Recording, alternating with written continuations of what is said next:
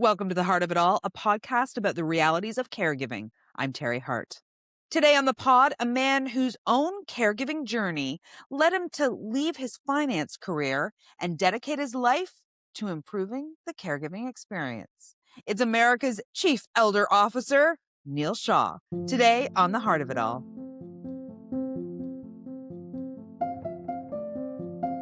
Hi there and welcome to this week's show. I'm Teri Hart. We drop new episodes every Tuesday, so make sure you are subscribed so you don't miss an episode. There's no doubt that we are in a caregiving crisis. We have an aging population with fewer young people. There's a skyrocketing cost of healthcare and a focus on longevity, which is great. But there's a gap between lifespan versus health span. We are a Canadian podcast, and our healthcare system is much different than the United States. However, the human impact of caregiving is universal, and our guest today has done extensive research on that exact topic to create a social enterprise startup called CareYaya. It's affecting caregiving in the U.S., mostly home care, which we know is the backbone of senior care. After a successful career as a $250 million hedge fund manager, deeply personal dementia and cancer caregiving experiences in his mid-30s inspired Neal Shah to pivot to social entrepreneurship.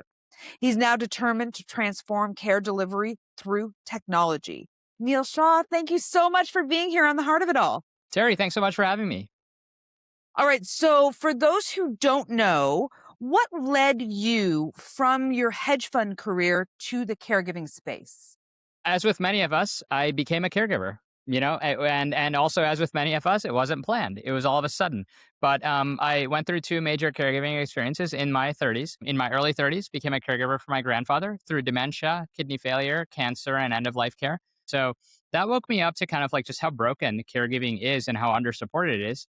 At that point, I was still running my hedge fund and I became obsessed with the care economy. And I was like, oh, there's got to be ways to solve this. There's a huge market and a huge opportunity to help people. Unfortunately, at the peak of my fund, my wife became severely ill and went through a multi-year cancer battle, during which then I became primary caregiver. Same thing firsthand. I ended up taking a lot of sabbaticals from my work to manage her care. Every time I tried to get outside care help, the quality was so mediocre. Cost wasn't even an issue. It was just a quality and reliability issue. And I felt that at some point it was touch and go, where the quality of care she received would greatly influence the outcome. So I ended up shutting down my fund. That was a point in my career where I'd worked super hard for 15 years to get to that level in my career. And I, couldn't do that because I wanted to provide good care, and became my wife's full-time caregiver for a couple of years. And, knock on wood, thankfully, she finally had a successful outcome and has now been in remission for several years. But at that point, I was like, okay, I was obsessed with caregiving. I found myself in my late 30s just saying, okay, I've see how big of an issue this is. And it's affected my own career. It's affected my mom's career. It's affected the quality of care of our loved ones. And I want to do something about it. So then I shifted. I made a decision after my wife's recovery that I would dedicate the rest of my life to improving things for caregivers. With all the research that you're doing for your company, CareYaya, and what you're doing on social media around caregiving, what are you finding right now, Neal, is the most pressing issue for caregivers? Well, there's several of them, but I'd say probably the most pressing one that I see is that caregiving is determining a lot of healthcare, but it's not considered part of healthcare. So by that, I mean, and I don't know exactly how the Canadian healthcare system works, but in the American healthcare system, caregiving is a private thing that happens at home. Even though when somebody gets a diagnosis from the neurologist that your father or grandfather has dementia, or your spouse, or somebody gets a diagnosis that your spouse has cancer, yes, the healthcare system is going to be heavily involved in that, but 95% of what's going to happen is going to happen at home. The healthcare system doesn't cover or think about any of that stuff, doesn't support any of that stuff. There's no billing codes and funding mechanism for what's happening at home. And yet, whether or not somebody successfully beats cancer is heavily driven by what's happening at home. Whether or not somebody manages dementia, and gets 7 to 10 years out of life that are, good and worth getting, or whether it's a rapid decline over 2 or 3 years, a lot of that is influenced by what's happening at home. So I think that's probably the number one thing that the healthcare system is just like blissfully unaware or not paying attention to or not integrating what's happening at home. And I think maybe the lived experience of the caregivers is, as a result of that, their work, which is, people are breaking an arm and a leg taking care of their loved one, you know having a loss of income, not being able to do their own job, losing an enormous amount of sleep, being under an enormous amount of strain. It is because of the first. That because no one, from a formal healthcare system perspective, as well as a government funding of healthcare perspective, because caregiving is not thought of as healthcare, all these people are unpaid. They are taking major financial hit to themselves, their own physical and mental health.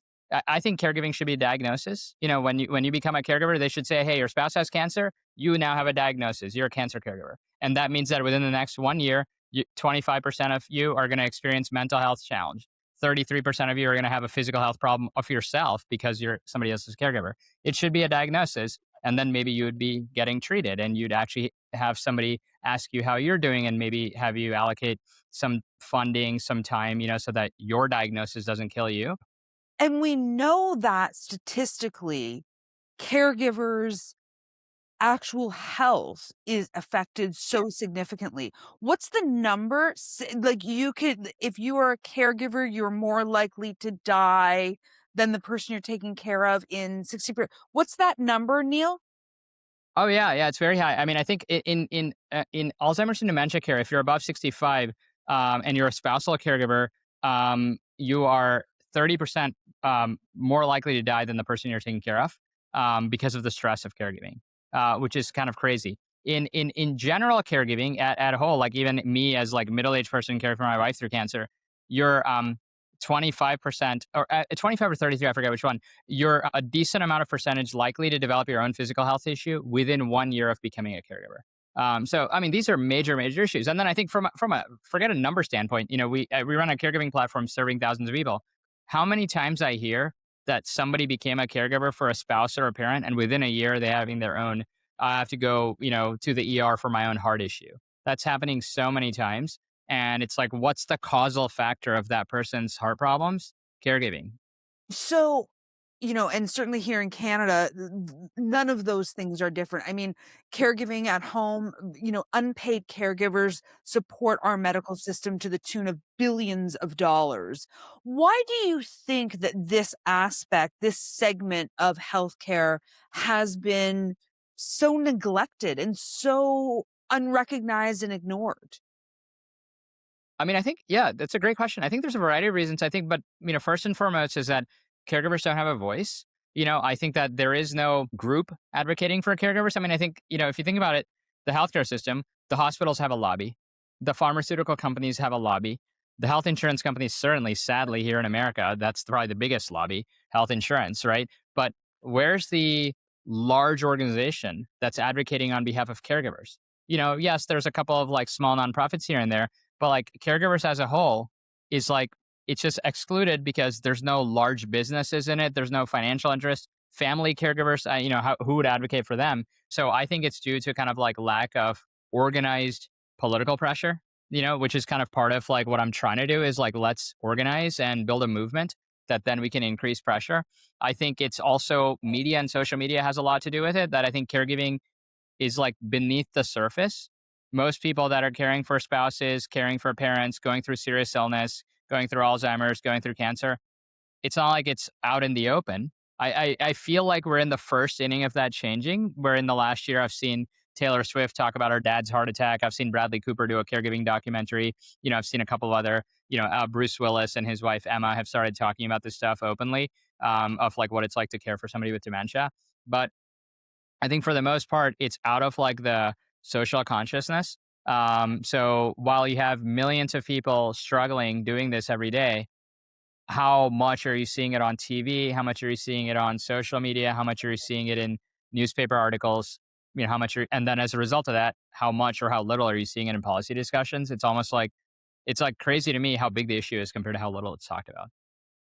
I could not agree with every word out of your mouth more. And I'll take it one step further in terms of the philosophy I have, is that the three issues that in my lifetime, I'm 54 years old, the three issues in my lifetime, certainly in the past 10 years, that people are talking about more and more and more: fertility, menopause, and now, to your point, we're in the first inning of talking about caregiving. You want to know what those three things have in common? They tend to be women's issues. The Venn diagram of where those three meet and the center of those three things is social media, and how women are now given a voice on social media to talk about how their lives are being impacted by these issues. And now everybody is waking up to them. These have been around since the beginning of time: fertility, menopause, and caregiving. You could not have three issues that are more from the beginning of time. Yeah. Agreed. That's great. I mean, that's a brilliant insight. I hadn't thought about it that way, but you're right. You're 100% right. You advocate for caregivers to take care of their own mental health, and you call it compassion fatigue. And I love those two words together, compassion fatigue. Can you walk me through that and why it's so important to recognize? I think generally people who tend to personally engage in caregiving for loved ones tend to be, on the most part, way more on the compassionate side of the spectrum of just like people who have a lot more compassion towards people who are sick, who are suffering, and feel their duty and obligation and love to like help. I think, unfortunately, caregiving is not always clean and easy. And when it's very Mhm. under supported financially, when it's not supported by your job, when sometimes everyone in the family isn't sharing equally in it and it's all falling on you. And sometimes even when the person receiving the care, especially if they have a neurodegenerative disorder, they may not even be fully aware of what's going on and be able to kind of like be as thankful for the care. I think it creates a unbelievable like cognitive dissonance in an otherwise compassionate person of like, hey, I'm compassionate, I'm doing this, but why are people not doing anything for me? And I think that, compassion fatigue does kind of set in of like, how much can you give if you're receiving nothing? You're receiving nothing sometimes from society, you're receiving nothing from your employer, and frankly, not even nothing. You're oftentimes receiving negative, right? Like you're missing out on income that counts towards Social Security when you leave your career for a few years. So society is actually telling you, I'm going to penalize you for caregiving. Your employer is saying, hey, I'm going to lay you off because you're caregiving, or I'm not going to promote you because you're caregiving, or you keep getting sick of having to take time off and you just quit your jobs. Yeah. You bring up families there. You bring up you put into that excellent answer, sometimes not getting full support from the rest of your family members. And that sibling challenge, you talk about the sibling challenge. That's actually currently, when we're talking right now, your most watched video on Instagram. Yeah. Oh my God. So much reaction on that. And it's like, and you know how many times I've heard that from people? Like, I think parental caregiving and sibling involvement or lack of is probably one of the most hot button topics I see. I mean, it's always, I'd say, stereotypically, historically, assumed the eldest daughter, would kind of handle, right? Like that's like industry parlance. But I mean, it could be son or daughter, but let's just say disproportionately ends up being daughter, and then the person living nearby. Like it happens to be that in families where there's two, three, four siblings and mom or dad gets sick, what I see for the most part is disproportionately falls on one person. That one person happens to be living nearby or moves mom and dad nearby or sometimes moves them in. And then the remainder of the siblings are oftentimes, saying throwaway lines like, what can I do to help, etc. But meanwhile, oftentimes micromanaging from afar. Why are we doing this? Why aren't we doing this, etc. But completely oblivious to the person on the ground is actually doing the heavy lift of going over there every day or moving them in, taking them to all their doctor's appointments, doing all the follow up, etc. I feel bad in many of these situations because I think it should be a shared responsibility amongst siblings, but it somehow just ends up becoming a disproportionate responsibility on one, and then basically taking all these suggestions at the expense of others, and I think that creates a lot of strain in family dynamics. So I think that resonates with a lot of people because I think a lot of people experience that. There seems to be so much judgment about some choices that caregivers make. I mean, we saw it with, you mentioned Emma and Bruce Willis, and her decision, their decision to have Bruce not live at home. What would you say to those who are watching and haven't been through a caregiving experience, that maybe are doing that, armchair quarterback? backseat driver kind of judgment and suggestion. Yeah, I would say try not to judge unless you've been in it, because who knows what it is. Like, I think as somebody who's been a caregiver now twice and gone through some majorly intense caregiving experiences, I would say even the pre-caregiver version of me would not have been able to accurately judge, even though I consider myself like a fairly empathetic person. It's hard to imagine until you've actually lived what it's like going a year or two with getting like not a single night of sleep and constant vigilance and hypervigilance that your loved one might die, that they might fall, that how many ER visits can you tolerate suddenly in the middle of the night? Like, and how then your body just, then can't even calm down because you think, when's the next one? Like, I think that these are things that until people are in this situation, many people can't really understand and imagine. And then they, as a result, can't understand and empathize with the choices. I think I did a video about that, specifically like Emma and Bruce's decision to kind of have him in a separate house adjacent to their house. And for example, I thought many people who made glaring judgments about that, how dare they, how could they, didn't even understand that, okay, in a situation like dementia, specifically frontotemporal dementia, there can often be unexpected violent and aggressive behaviors. So if there is a situation where there are younger children around, like, just from a children's safety perspective, it would be wise to have a little bit of a separation, right? Like, no one is making that decision for fun. Like, people are experiencing a tremendous amount of emotional pain when they make decisions like that. And I think that people who have not been in it just think, oh, wow, that person's, being careless or, being lazy or whatever. And they don't realize like that person's probably experiencing a lot of pain and almost like faced with like two decisions that are both impossible. In your 2024 TED Talk, you spoke about looking back on how in the mental health field they used to perform lobotomies. And we now look at that as being barbaric, as like, how could they have ever done that? And I wonder if you have an idea, Neal, about how you think we might in the future look back on caregiving now in 2026. Yeah, that's a great question. I mean, I think, well, one, I think we are going to look back, hopefully even 5 years from now or shorter, that caregiving, we're going to be surprised caregiving wasn't a diagnosis, official diagnosis in healthcare. Knowing that a diagnosis like dementia or cancer results in all of these health outcomes and health challenges that need to be treated, and then of course, like lower level diagnosis, like you have high blood pressure, therefore we should do this. You have high blood sugar, therefore we should do this. I think you have now become a caregiver is probably worse than you have 140 by 100 blood pressure, in terms of your risk of what's going to happen to you in the next 1 to 3 years. So caregiving, I think, is going to become a diagnosis in the healthcare system. And I think we're going to look back and be like, how do we not think of that? Wow. You also mentioned in that TED Talk that ERs have become the new doctor's office. How are unpaid caregivers impacting our medical system and the ecosystem of healthcare? So I think it's due to a lack of support. I think there's a couple of reasons why ER has become kind of like this like last resort slash first resort thing.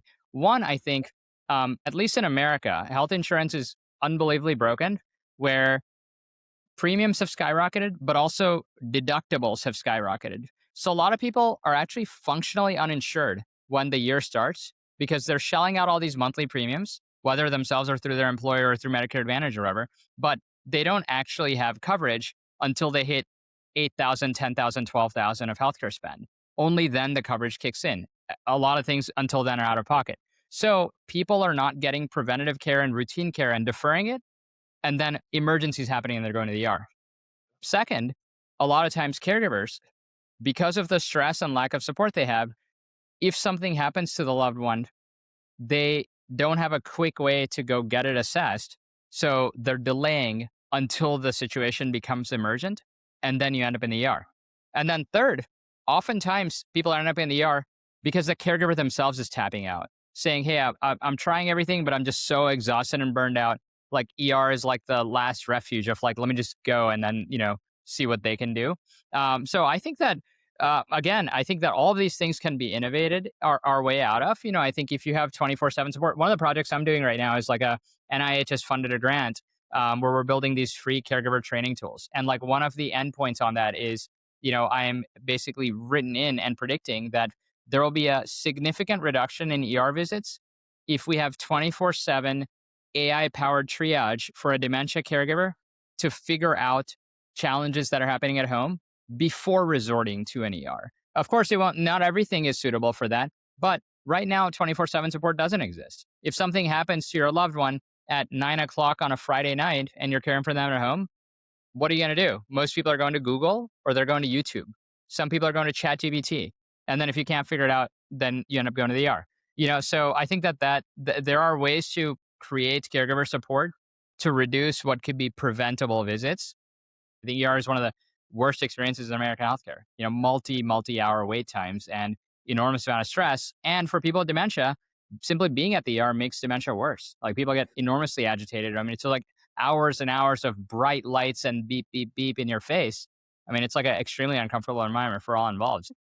I was fascinated to hear about your research, Neal, and findings on how the ramifications of the pandemic are impacting dementia numbers in our seniors. This blew my mind. Can you give the listeners here on the Heart of It All like a bit of a Cole's Notes version of what you discovered?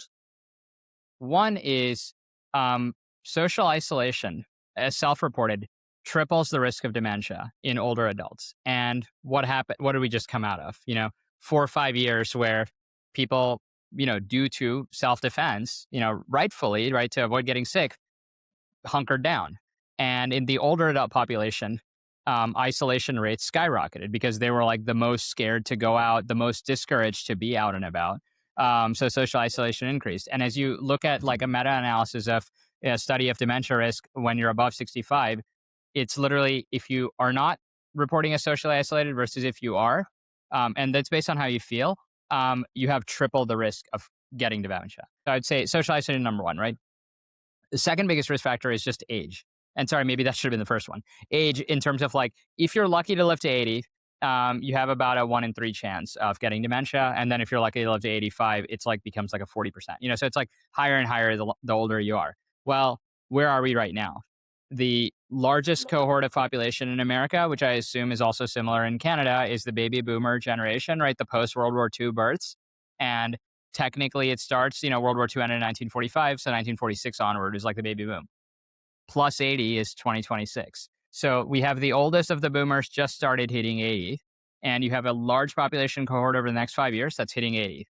So it's not when people turn 65 or 70 that's when the risk was. It's when they're turning 80. So I think in the next 5 years you're gonna have a dementia wave across North America, like U.S., Canada, and frankly parts of Western Europe, and frankly probably the whole world, because boomers are turning 80 in large numbers. So I think the age itself is a big factor. The social isolation, I think, significantly increased risk. And then the third big thing that I think a lot of people missed is the brain impact from COVID infection. So even in older adults, and there's a journal of Alzheimer's pathology that put this out, and there's been increasing research around this because I gave that presentation a couple of years ago to our government, that if you look at even a mild to moderate COVID infection that didn't result in a major brain fog right after, still the inflammation found inside the brain a year or two later was very similar to how the brain inflammation starts in early stages of Alzheimer's. So you had a lot of older adults actually catch COVID, recover, and then those people are at higher risk of developing dementia because inflammatory process in the brain has already started, even if there was no kind of acute problem right at the time. So I think you have this confluence of factors, like between getting COVID itself, which many people did and recovered from, but still the inflammation is there, between being isolated and just over time turning 80, you have a very large portion of the population that is going to experience dementia. And that is going to be a large population that is going to need a lot of long-term care. And you're heading into that both in America and Canada, with a shrinking caregiver workforce, and a frankly growing challenge on family caregivers to do it. So what's going to happen to all these people? I think it's a big question that this should be a question talked about in all policymaking all the time, especially if you want to be proactive and get ahead of it. Because what's the world going to look like by 2030, when you have a 30 to 50% increase in the number of people living with dementia, and you have a decrease in the number of care workers?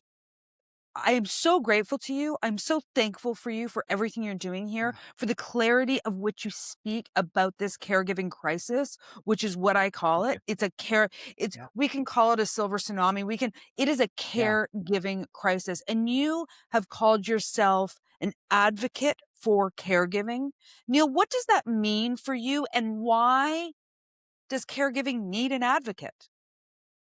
What it means for me is I'm doing the best I can to support caregivers through my day job, which is, I run a care innovation platform, CareYaya, that connects people with affordable caregivers, who are healthcare students at, over 30 universities across America. So these are our future doctors and nurses. I build a lot of projects to reduce the pain on caregivers. So like we, fund these projects like Yaya Guide, which is a AI powered dementia caregiver training tool that family caregivers can access at any time for free. So we build a lot of innovation projects like that. So I'd say that's probably my day job is like I can advocate by literally building innovations to help people. Secondarily, I advocate by through things like media and social media where I'm writing opinion articles in a lot of newspapers and doing advocacy, through even simple things like LinkedIn, Instagram, et cetera, to just raise societal awareness of these issues, to really start putting pressure on policymakers to address them.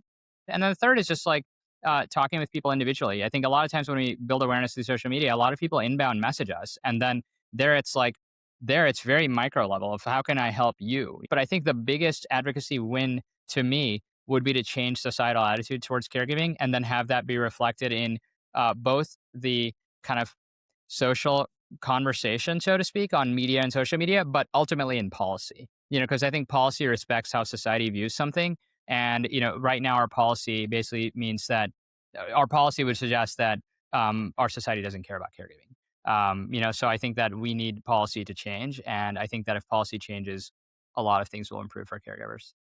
I think you're very generous to include the word suggest in the statement that our policy our Yeah, I yeah. think using the word suggest is very generous. So thank you for your generosity because I think we do have to be generous in the conversation to actually be able to move the dial at all. Um, what conversations should families be having about caregiving? Number one conversation should be as proactive in planning as possible. Like talk about caregiving before you're in caregiving is probably the best conversation to have, knowing the inevitability of caregiving, so if conversations like let's say if some, people's parents are getting up there in age, then the best time to have a conversation is before somebody has a fall or before somebody has a diagnosis of dementia or physical frailty, and just start casually planning. I think that if you're already in caregiving, which I suspect most people listening probably are in caregiving, which is why they're interested in the topic, then I think the conversations might be around shared responsibility and roles. I think oftentimes when the acute emergency of caregiving happens, people just scramble and like plug the gaps, but there isn't explicit conversation about what are the roles supposed to be and kind of what are the expectations. And I think sometimes that is a very helpful conversation to have early on. Kind of in the conversation earlier we mentioned about siblings. I think a lot of times people are totally fine saying, I'm the person nearest to them and I'll do most of the work, and you're farther away, so you can help with this. But a transparent conversation around that is helpful because then it can be, hey, I am here, eyes on the ground, but also I'm going to make all the judgment calls and I'm going to make the financial calls. So you stay out of it and you come and help as XYZ when you can. And this is what you're going to do. I think a simple, transparent conversation like that can avoid so much arguments and so much strain later. Yeah. So I think that, yeah, like proactive conversations like that about roles and responsibilities and just being a little bit more transparent and direct about that are pretty helpful.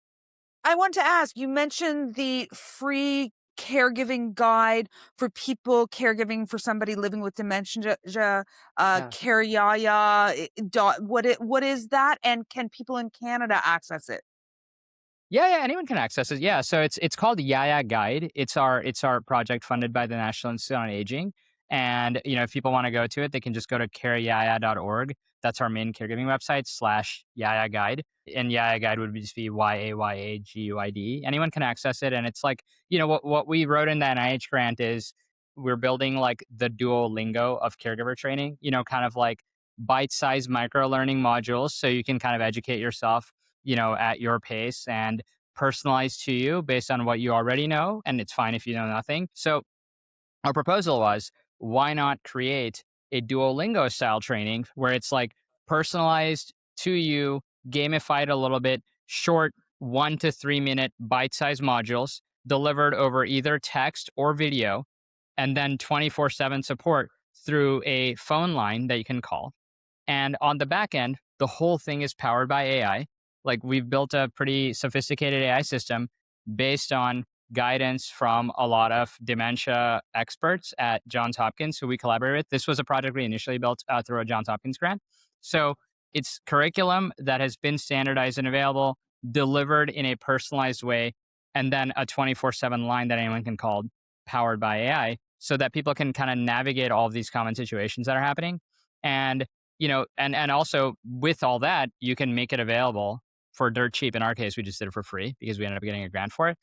So I thought something like that would be helpful because I found when I was a caregiver, and we're now working on a project, similar project for cancer too. But when I was a caregiver, I just found I was on YouTube a lot, trying to figure out what to do. My mom was on Google a lot trying to figure out what to do. Nowadays, a lot of caregivers I talk to are like trying to ping Chat GPT to try to figure out what should I do, X, Y, Z happen, and that's fine. It's like I hope people use whatever they can. But we thought, okay, why not make something a little more personalized based on rigorous evidence backed trainings that large institutions are already doing for healthcare students, and then bring that to everybody at the convenience of their fingertips. And some of the things that they might learn from this are things like showering techniques or cleaning techniques or Yeah, or safe feeding techniques. Yeah, yeah. feeding techniques. One is tasks of like, how do you safely feed someone? And then over time, as they have swallowing difficulties, how should you transition the way you feed them?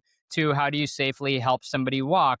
To safe ways to use a walker, kind of like little things like, okay, should you put your foot in front of the walker so that when you're helping them get up, it doesn't like roll forward? I know it's like sounds like simple to people who've done it a million times, but like if you've never done it, like, and you don't do that, then you help them get on the walker and it just rolls forward and they fall, So it's like tips like that, I think, are both helpful to deliver, through conversation, through short bite-sized training videos so that people can kind of get it because this training is often not delivered to people.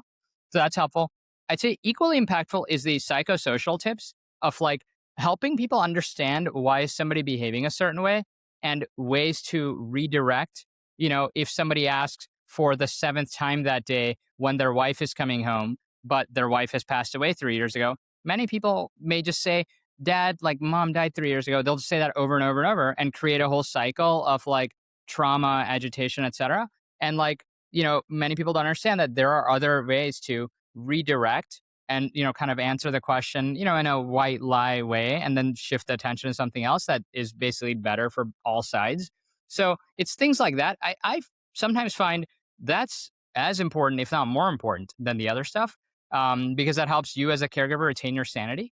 So I'd say both the task side and the psychosocial side are important, and those are delivered through the training. And it is about everybody being able to get through a situation that can reach a peak and then need to find a valley again. I think that certainly dealing with dementia patients, realizing where that peak is and trying to find a valley, I think is a lifeline for both the person living with dementia and the person who is responsible for them.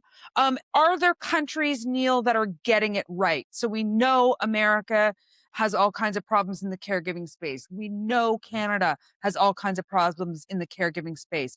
Are there? I think I'm guilty of romanticizing Scandinavian countries that tend to have a Yeah. more healthful approach to aging, to death, to conversations. Are there places that are getting caregiving right?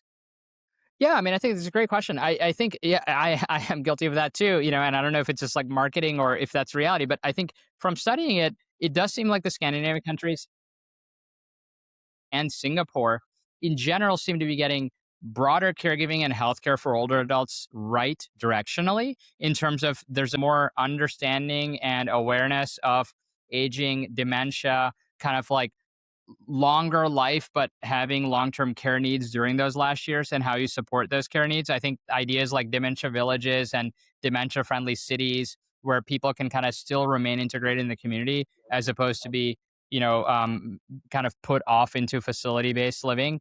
I think, but it requires like creating a safe environment. So I do think some of the Scandinavian countries are getting it right. I also think Singapore is like doing a great job in terms of just like the way it thinks about funding care and specifically long-term care. So I think there are a lot of models to learn from. But I would say, as a critique to all countries, and maybe not even really a critique, in some way, I don't think anyone's getting it right, because I think this was a lot smaller of a problem 20, 30, 50 years ago than it is now. I think that the advancements in modern medicine over the last 20, 30 years have resulted in a significant skyrocketing lifespan, but like not necessarily healthy. So a lot of people talk about the difference between health span and lifespan. So I think that physically, so many people's bodies are living longer, but in the last 5, 7, 10 years, they can't really take care of themselves. And I think the number of people we have that are experiencing that now is at an all-time high, and it's about to skyrocket. So I think none of the societies had planned for that. Like if you look 50 years ago, sure, dementia was a challenge and many people did need long-term care, but it was a fraction of how many people need that today. And I think that goes in every country. So in some way, it's like a modern problem, which is why there haven't been good solutions. And also, I'd say the second thing I would say is 50 years ago, 100 years ago, not as many people were working.